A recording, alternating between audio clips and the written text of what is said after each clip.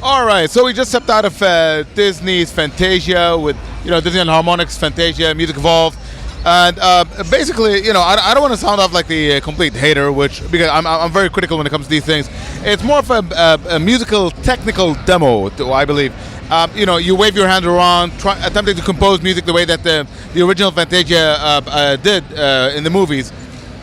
So basically, it's just you go around from world to world and using current pop songs like those for Bruno Mars or even Fun, and you just wave your hands around. And you have the feature of choosing what instrument you want to go, or how you want to recompose the track you're listening to. The thing is, I didn't sense where your cues came from. I didn't know where your hands emotions were, what the justifications of them were. It just sounded like, if you guys remember Wii Music, that really awkward musical game on the Wii. Well, this seemed like a needlessly complicated music technical demo for the Xbox One, or the Xbox for that matter, anything that has a Kinect sensor on it. So I wasn't really that impressed, unfortunately.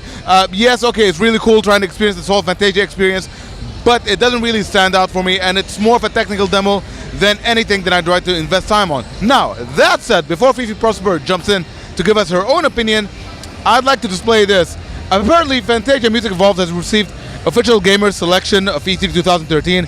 Destructoid gave it the best of E3, best of Xbox One, and then we have worthplaying.com gave it the best of E3 2013. Now, I'm not saying anything. It's just, what do you mean best of Xbox One? This game is the best of Xbox One, for real, you guys.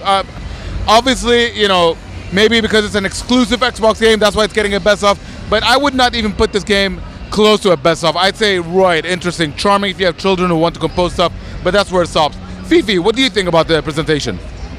I thought it was very magical. I thought it kept true to the Disney universe. It was pretty enchanting.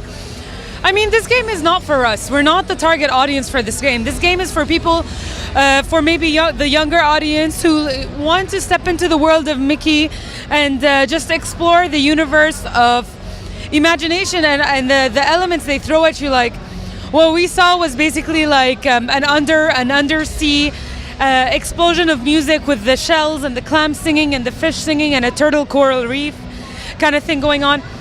Again, we're not the target audience, I believe. We're not that kind of gamer who would enjoy it, but there is an audience for this kind of thing, which is why obviously it's received all these.